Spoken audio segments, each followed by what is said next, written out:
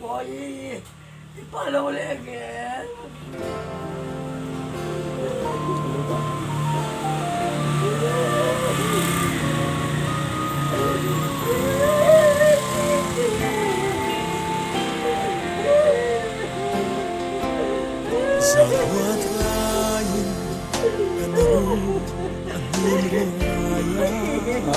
Khơi đi bắt tiểu đuôi à?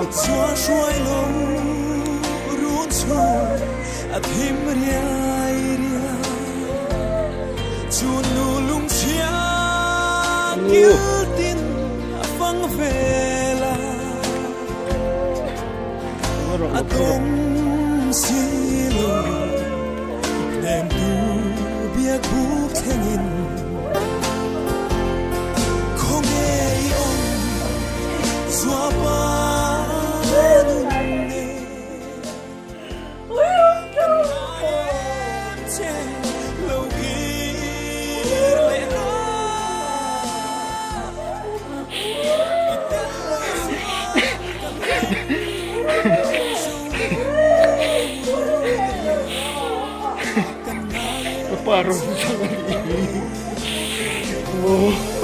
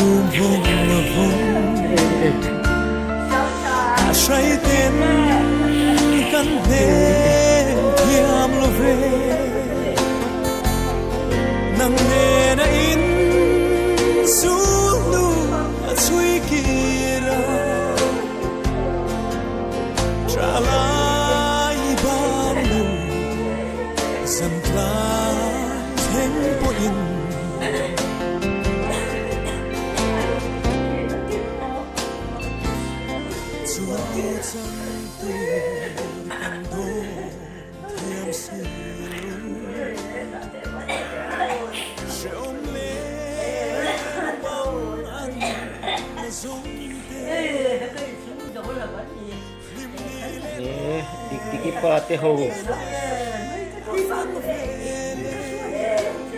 Dikipate ho. Boyat ho. Ang loob na itong po. Hindi lang sa pagiging. Ang Tichuan local to po. Kung ngayon Nunglei kan ngaiin che lovin